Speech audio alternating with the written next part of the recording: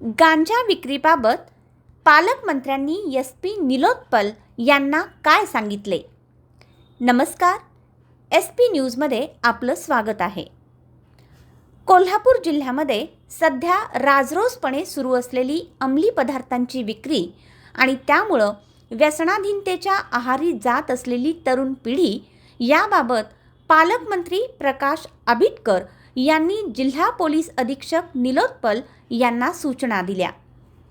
अंमली पदार्थ विक्रीवर कठोर कार्यवाही होण्यासाठी आज जिल्ह्याचे पालकमंत्री प्रकाश आंबेडकर यांना स्वाभिमानी शेतकरी संघटनेच्या पदाधिकाऱ्यांनी जिल्हाधिकारी कार्यालयात निवेदन दिले.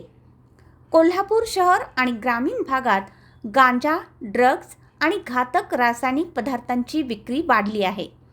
शैक्षणिक संस्थांच्या परिसरातही या टोळ्या सक्रिय असून शालेय व महाविद्यालयीन मुले या जाळ्यात अडकत आहेत. वाढत्या व्यसनाधीनतेमुळे जिल्ह्यात गुन्हेगारीचे प्रमाण वाढत आहे. तरुण पिढीला यातून बाहेर काढणं हे आवाहन निर्माण झालं आहे. पोलीस प्रशासनाने याकडे गांभीर्याने पाहून मुख्य सूत्रधारांवर कठोर कार्यवाही करण्याची मागणी करण्यात आली. पालकमंत्र्यांनी या निवेदनाची गंभीर दखल घेत जिल्हा पोलीस प्रमुख यांना तात्काळ सूचना दिल्या.